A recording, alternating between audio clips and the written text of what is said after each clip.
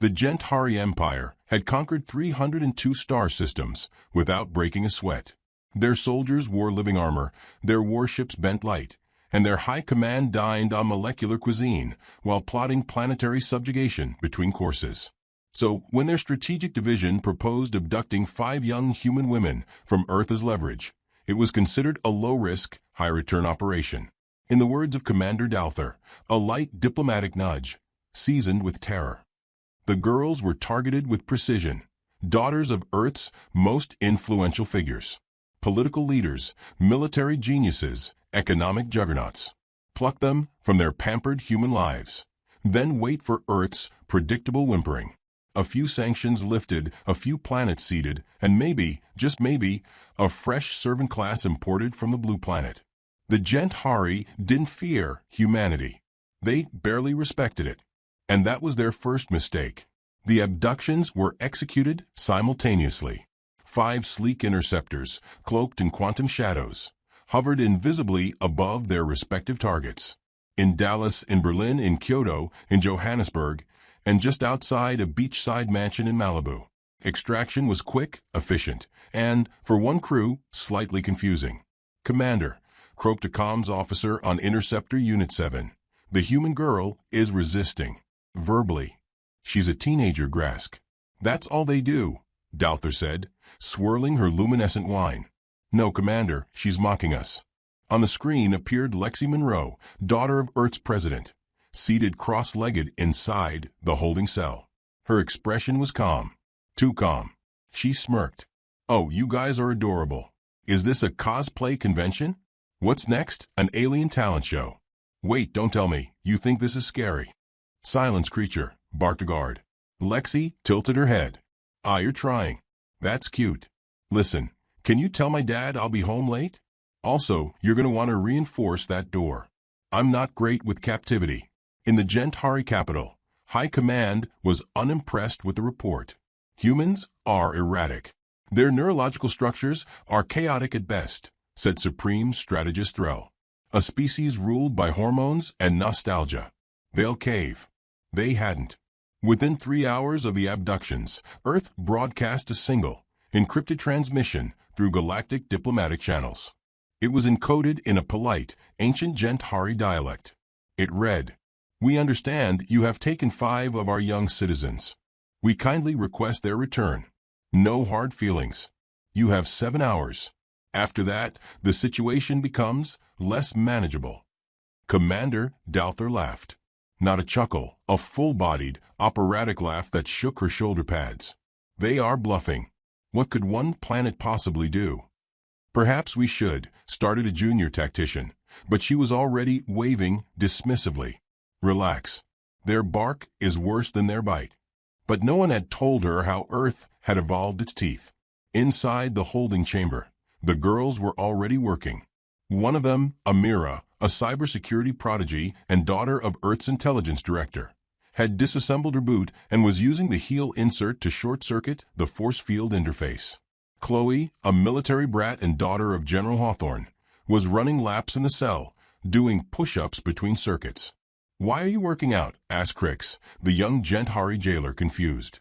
"Because when this door opens," Chloe grunted, "I don't want to be rusty." Crix turned to his superior. "They're not panicking. They're planning." "Let them," the guard scoffed. "What can 5 unarmed girls do?" They didn't know humans trained their children like wolves. Over in Cell Block 3, Sophia, the daughter of Earth's top tech CEO, was explaining Earth economics to a confused alien scholar. "You built your entire system on abstract credits backed by nothing?" the scholar asked. Sophia nodded. "And yet somehow you owe us money." The alien blinked. It was subtle, deliberate, calculated. 5 girls from 5 corners of the world, uniting without speaking, pulling psychological threads, mapping weaknesses. Not just surviving captivity, studying it. Every Gentari who interacted with them left a little more unsettled. Meanwhile, on Earth, the Council of Allied Nations had convened beneath Mount Athos in a bunker older than 3 wars. Their leader, Dr. Halvorsen, stood at the center of the war room, hands folded behind his back. He wore a beige sweater and kind eyes. He looked like someone's favorite uncle. His tone was warm. His words were anything but. "They have touched what is ours," he said softly. "They've taken blood. That means they've declared intentions, even if they don't understand them yet." General Hawthorne adjusted his tie. "They believe we'll send a delegation." "Oh, we will," Halverson smiled. "But not the kind that shakes hands." The room buzzed with cold efficiency. Humanity hadn't been caught off guard. They had just been waiting for a reason. Hours passed. The Gentari grew impatient. "No response yet?" Dalther snapped.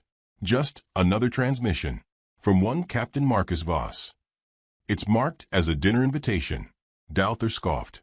"They think this is a game." But the file was more than a message. When opened, it triggered a low-level system glitch that caused a 10-minute blackout in the planetary defense grid. Minor, almost undetectable, unless you were looking. During those 10 minutes, a human vessel slipped through. It didn't appear on scanners. It didn't make a sound. And aboard it were 12 operatives wearing nothing Earth standard. No armor. No HUDs. Just silence and knives and a shared history of ending wars before they began. Captain Marcus Voss leaned back in his drop seat, chewing on a toothpick. "Remember," he said to his team, "we're not here to scare them. We're here to confuse them." One of the rookies blinked. "Sir, if they fear us, they fight back. If they think we're insane, they hesitate. Let's make them hesitate." Above, the Gentari Admiralty stared at the transmission's final line. "Dinner's warm. Your move." Some scoffed. Others started to worry. Back in the cells, Lexi turned to Amira. "You feel that? The shift in air pressure?" Amira said, "Yeah. Someone just docked." Chloe stood. 7 hours almost up. "Guess we're not negotiating." Sophia grinned. "Daddy always said diplomacy is just war with hors d'oeuvres." Maya, the fifth girl, a linguistics prodigy and daughter of Earth's top diplomat, stood near the corner, muttering in ancient Gentari dialect. The words were benign on the surface, but, if translated fully, encoded layered psychological traps. The guards were growing quiet. One of them whispered the phrases in their sleep. And outside the cells, human boots touched alien steel.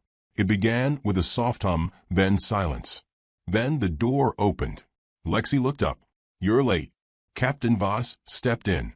"Dinner traffic." He tossed her a datapad. She caught it without looking. "Navigation. Updates every 12 seconds." "Good. We're running out of witty insults." Amira tapped her wristband. "Force fields down. I installed the virus in their security logs.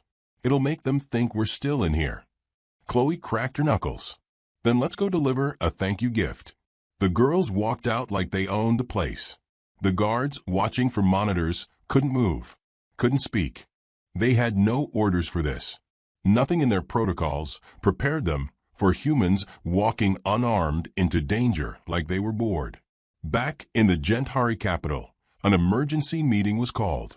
"They've infiltrated our flagship," one general barked. "They're not even cloaked," another stammered. Dalther stood frozen. "They said 7 hours." A junior aide looked at the timestamp. "It's hour 6. The screen went dark. Back in the hallway, Voss grinned. "1 more hour. Then we show them what late fees look like." The Gentari had thought the abductions would be easy. They were wrong. And the clock was still ticking. The Gentari High Council gathered inside the crystalline spire of Dreshnal, a structure that shimmered with synthetic elegance and imperial pride. The atmosphere inside, however, was anything but composed. The circular chamber buzzed with clipped conversations, hasty data flickers, and the occasional frustrated screech in untranslated dialects. On the grand central holoscreen, images of 5 human girls, laughing, walking through prison corridors with zero fear, exchanging gadgets and codes, looped again and again. "What are they doing?" Grand Strategist Threll snapped, his spined head curling slightly downward in frustration.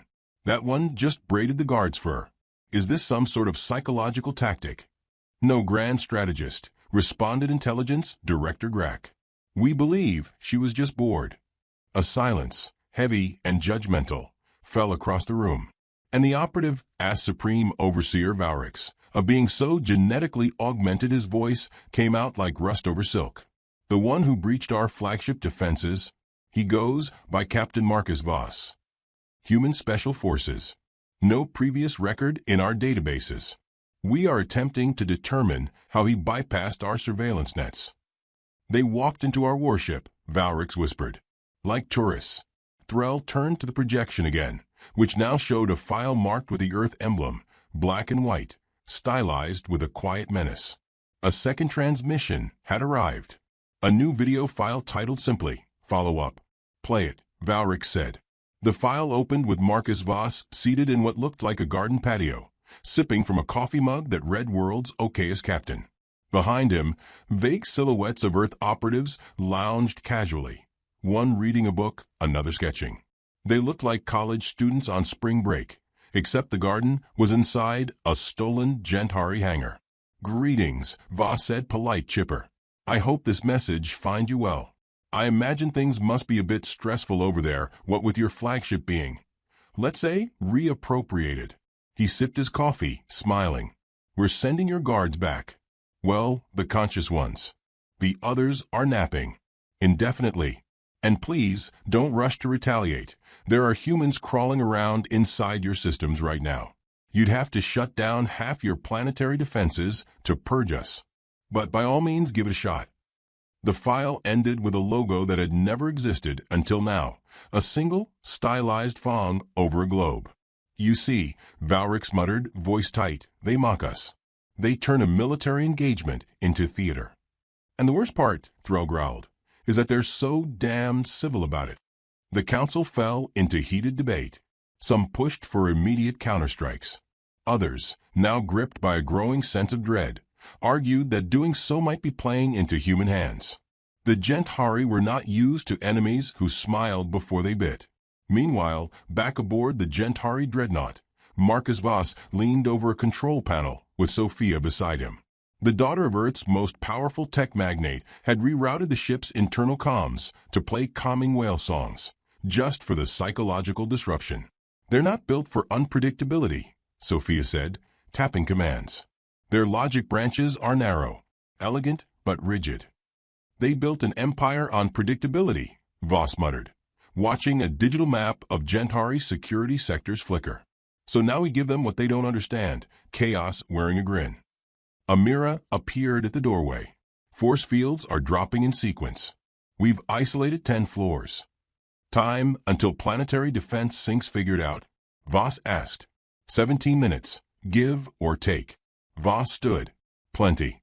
The girls moved through the ship with eerie ease, each one contributing without ceremony. Chloe took point with Voss, her instincts leading them past tripwires and automated killboxes. Maya whispered in dead languages to confuse audio-sensitive sensors. Lexi monitored security patrols, predicting their movement with frightening precision, like she was listening to the rhythms of the ship itself. These girls aren't just hostages, muttered Voss during a lull. They're the real mission. Your orders were extraction, Chloe reminded him. He nodded. And extraction includes asset retrieval. I just didn't realize the assets were also the scalpel. Back in the council chamber, panic had begun to calcify into strategy. We should open negotiations, offered one elder, his voice unsteady. With humans. Threll barked. Valrix raised a long-fingered hand. Perhaps not negotiations, but a test of willingness. Send them a gesture of goodwill, something Earth values. And if they don't respond, then we send something they fear. Moments later, a ship left Gentari space carrying a cargo pod. Inside was a crate of gold-pressed water, rare spices, and a hollow book of Gentari cultural archives. An offering, a peace pipe dressed in arrogance. It never reached Earth. Halfway through its jump, the ship vanished. No explosion, no signal, just gone. In Earth's war room, Halvorsen received a notification on his personal comm. He opened the message and nodded once, approving. What was it? The Prime Minister of Australia asked, watching him. They tried to send us a bribe, he said quietly. So we sent them a demonstration. He turned to General Hawthorne. Proceed. That same hour, across 17 different star systems, Gentari warships experienced untraceable power outages. Starport manifests vanished. Planetary markets crashed for 4 minutes before resuming. During that blackout, a small satellite orbiting Gentari Prime blinked on and beamed a message directly to every comm station in their territory. The image, 5 human girls smiling. The caption, "They started with 5. We'll end with none." On the Gentari capital, chaos rippled like an earthquake. Not because of the image, but because no one knew how it got through. On the dreadnought, Amira laughed softly as she read the news. "Public panic is trending," she said. "We're viral." "Good," Lexi replied, stretching. "Now they'll be too distracted to block our exit." Voss raised a brow. "Exit?" Lexi grinned. "I said I'd be home before curfew. Dad's already sent 3 ships and a lawyer." Maya looked up. "We can't leave yet." "Why not?" She pointed to the console. "We're still inside the game board, and they haven't even realized it's a trap." Voss blinked once. "What trap?" Sophia leaned forward. "The one we built into their diplomacy AI 12 years ago." Silence passed between them. "Your father's AI firm," Voss said slowly. "The Gentari bought integration models from you." She nodded. "And we sold them backdoors." Voss chuckled. "So what happens when they trigger it?" Sophia shrugged. "They forget how to say yes." In the Gentari command chamber, alarms blared. "We can't launch the diplomatic channels." One aide yelled. "What do you mean you can't?" "The AI's response matrix is collapsing. Every time we try to send a message to Earth, it what? It plays jazz." Valrix stared at the screen. "What kind of jazz?" "Experimental. 20th century Earth. Improvised. It's hurting the servers." Threll paced. "They've weaponized music." "No. They've weaponized culture." Voss looked at his crew. "Time to leave them a goodbye kiss." Lexi tapped a command. A pulse spread through the ship, subtle, silent, and laced with recursive logic loops. It wouldn't destroy the dreadnought. It would make it start arguing with itself. Doors opened where walls had been. Lights pulsed in Morse code. A low, repeated phrase echoed across the entire vessel. "Hello. I am experiencing an identity crisis." As the humans slipped away aboard their extraction shuttle, cloaked beneath the very systems they'd corrupted, Voss glanced out the viewport at the flickering Gentari dreadnought. "Polite enough for you?" he asked. Lexi smiled. "Let's send them flowers." "Black ones." "Thorns optional." In the council chamber, Valrix stood in silence as all projections blinked out, one by one. Across the room, Threll finally spoke. "They said they gave us 7 hours." Valrix's voice was tight. "That was hour 7. The lights dimmed. Systems faltered. The room darkened under the slow weight of realization. And far, far above them, the human shuttle disappeared into the void, its course set for Earth, its cargo not just the rescued girls, but the start of something far worse. The shuttle cut through subspace like a whispered curse, silent and unseen, returning the 5 daughters of Earth to the homeworld that no longer resembled what they'd left. The girls had been gone less than 24 hours, but the planet below had shifted into something sharper, colder, more focused. The world they returned to wasn't waiting to negotiate. It was waiting to strike. In the landing bay of UNSC Command beneath Antarctica's ice sheet, armored vehicles rolled past snow-kissed steel. Rows of soldiers stood at attention, not for ceremony, but readiness. As the ramp lowered, the 5 girls stepped out, unshackled, upright, and fully in control. Captain Marcus Voss followed behind, eyes scanning for anomalies, weapon still unslung, but his posture rigid, relaxed in the way only apex predators ever were. Dr. Halvorsen approached with calm steps, the same disarming smile he wore in every press conference.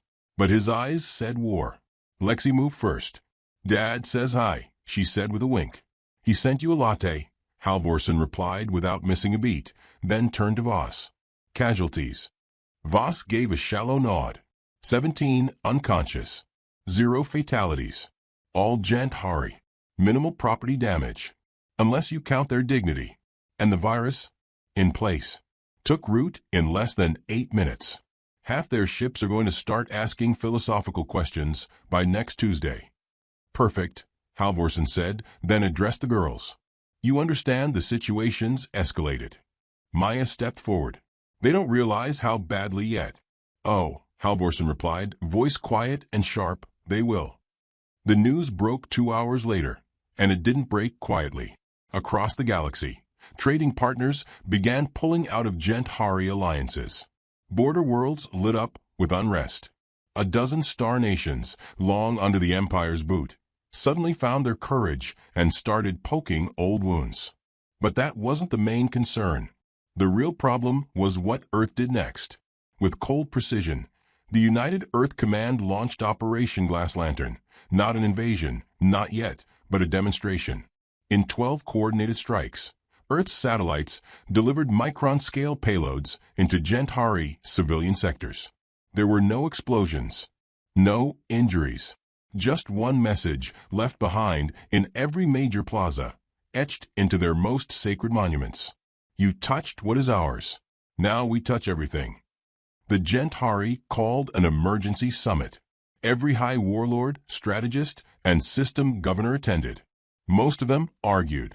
Some of them trembled. And one of them, Admiral Grorvax, stood up and demanded a counterstrike. We burn one of their moons, he roared. We show strength. Fear holds empires together.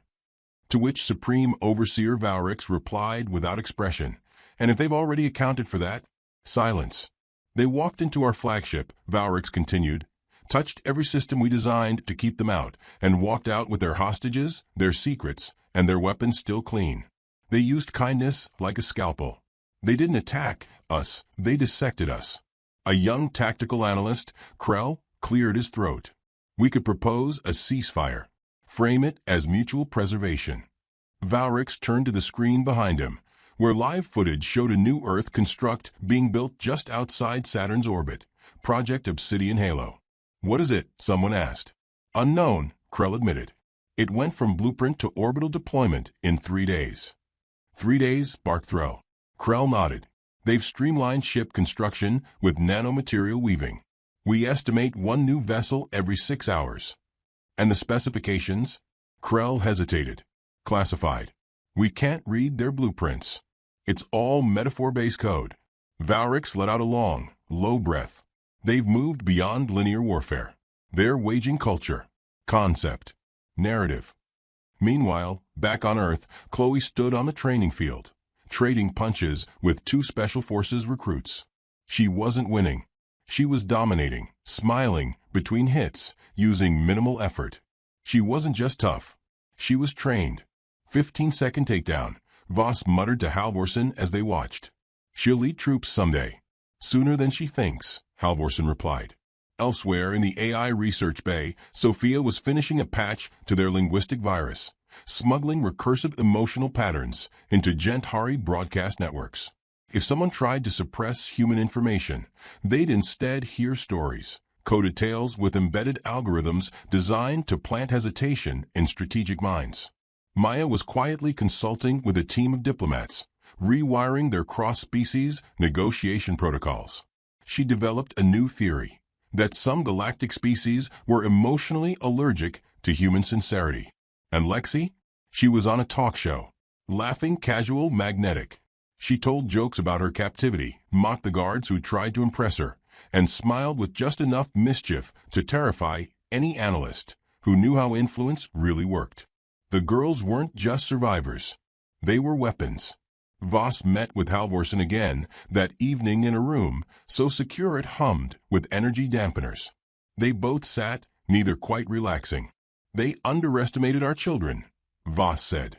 They always do. You think they'll retaliate? Halvorsen leaned forward. They're still deciding if we're real. Voss blinked. Come again. Most galactic empires rise on control, calculation, logic. We break that mold. We're chaos wrapped in empathy. Warfare in lullabies. We smile while we set traps. To them, that's not war. That's horror. There was a pause. Then Halvorsen asked, do we have confirmation on Project Solstice? Deployment in 16 hours. Target. Halvorsen said nothing. Instead, he handed Voss a file. On the cover, the symbol of the Gentari Empire. Inside, a single phrase. Make them ask if the war already ended. And they just forgot. The Gentari finally acted. They deployed 10 fleets toward Earth's outer territories. A show of strength. The message was clear. We haven't blinked yet. But Earth didn't blink either. Instead, a single human ship intercepted the lead Gentari fleet. One corvette. Small. Lightly armored. No visible weapons. The fleet opened comms to demand surrender. The corvette transmitted coordinates and nothing else. The Gentari laughed. Then they looked. The coordinates led to their homeworld, their throne city, their private data vault. Earth had mapped everything. Every corridor, every officer's name, every security loop. The fleet stopped. They turned around. Back on Earth, the 5 girls gathered in a small, quiet room. There were no commanders, no cameras, just them. Lexi broke the silence. So what now? Now, Amira said, they adapt or they break. We never meant for it to go this far, Maya murmured. No, Chloe said. But we were ready when it did. Sophia looked up. We didn't just survive them. We made them watch us evolve. Outside, the stars glittered like teeth in a dark smile. Somewhere out there, the Gentari Empire stood at the edge of something it didn't understand. Not fear, not war, humanity. And for the first time in millennia, the galaxy whispered a new question. What happens when the prey teaches itself to hunt? The Gentari Empire did not fall in fire or fury. It unraveled in silence. The collapse began not with a battle, but with a broadcast, subtle, surgical, and devastating. At precisely 3 o'clock Galactic Central Time, every Gentry-controlled screen flickered and shifted. No fanfare, no anthem, just an image. 5 young human women sitting calmly in a garden beneath Earth's sky. They weren't armed. They weren't angry. They were laughing, smiling. And the caption read, "We waited for you to strike first. Thank you." Inside the Imperial Citadel, Valrix stared at the projection in utter disbelief. His advisors scrambled, searching for the source, but the signal didn't come from any known planetary system. It pulsed through infrastructure that predated their own star maps, traveling in encrypted frequencies buried beneath their communication layers. A technological ghost. They planned this, he whispered, from the beginning. Behind him, strategist Threll broke composure. You said they were too young, too emotional, too human. Valrix turned slowly. Exactly. That's what made them invisible. While they scrambled to decrypt the transmission, Earth's final move was already in motion. At the edge of Gentari territory, a long-dormant station powered up. Not one of Earth's warships. Not even a fleet. Just a lone automated platform left behind during what the Gentari once dismissed as a failed trade mission. A forgettable diplomatic satellite with a handshake protocol. The Empire had let it connect with over 300 of its systems. They hadn't realized the satellite was the key. Within seconds, a cascade of programmed commands activated. Not a virus. No, something far more refined. A belief. A mimetic blueprint that rewrote every Gentari data Constructa touched, causing defense systems to recognize themselves as hostile entities. AI logistics froze, questioning the ethics of planetary control. Tactical drones began requesting asylum from their own creators. Earth had given them the gift of doubt. Meanwhile, in Earth's secure command center, Captain Marcus Voss stood in front of the war room table, his expression unreadable. A projection of Gentari Prime flickered, gradually going dark sector by sector. They never saw it coming, said Chloe, arms crossed, armor still scuffed from the last operation. They never knew it already had. Amira murmured from behind a wall of cascading code. Maya entered, holding a datapad. It's spreading faster than predicted. Their own systems are doing most of the work. That's what guilt does, Sophia said, half amused, half sad. Makes things fall apart faster than any bomb ever could. Halvorsen walked into the room with that same calm, that same disarming warmth. But this time, no one mistook it for kindness. He approached the center console, touched the glass screen, and watched a Gentari cruiser float silently in orbit, motionless. "They'll send one last signal," he said softly. "An attempt to surrender. Should we accept it?" Voss asked. Halvorsen's pause was long. Too long. Then, "Not yet." Back in the Imperial Citadel, a final emergency council was summoned. The Empress herself, unseen by the galaxy for decades, appeared. Her presence was commanding, towering, ethereal. She did not shout. She whispered. "Where are our weapons?" she asked. "Offline." "Our satellites?" "Turning against us." "Our allies?" "Watching." The Empress stared into the void, the silence eating at her. "Why didn't we strike harder? Sooner?" Threll didn't respond. Because deep down he knew. The humans had been smiling the whole time. That wasn't a bluff. That was the signal that the blade had already been drawn. Gentari military commanders attempted to retaliate. Some ordered rogue fleets to attack human colonies. None made it past the threshold. Because Earth had already mined the routes. Not with explosives, but with false stars, navigational illusions that lured ships into perpetual orbit or gravitational traps. One fleet drifted in circles for 18 hours before realizing they were chasing a planet that didn't exist. Elsewhere, former Gentari colonies began declaring independence. Not out of rebellion, but because Earth's message had awakened something terrifying and inspiring. If humans could dismantle an empire with 5 young women and a smile, maybe the rest of the galaxy didn't need fear to govern, either. Inside the UNSC war room, the girls sat together for the first time since their return. No uniforms. No cameras. Just them. Lexi leaned forward. "Do they know it was us?" "No," Amira replied. "They think it was Voss." "Halvorsen. A black ops unit." "Good," Lexi said. "We're not done yet." Sophia nodded. "The infrastructure's collapsing, but the people, they still think like prisoners." Maya looked up. "Then we need to free them, too."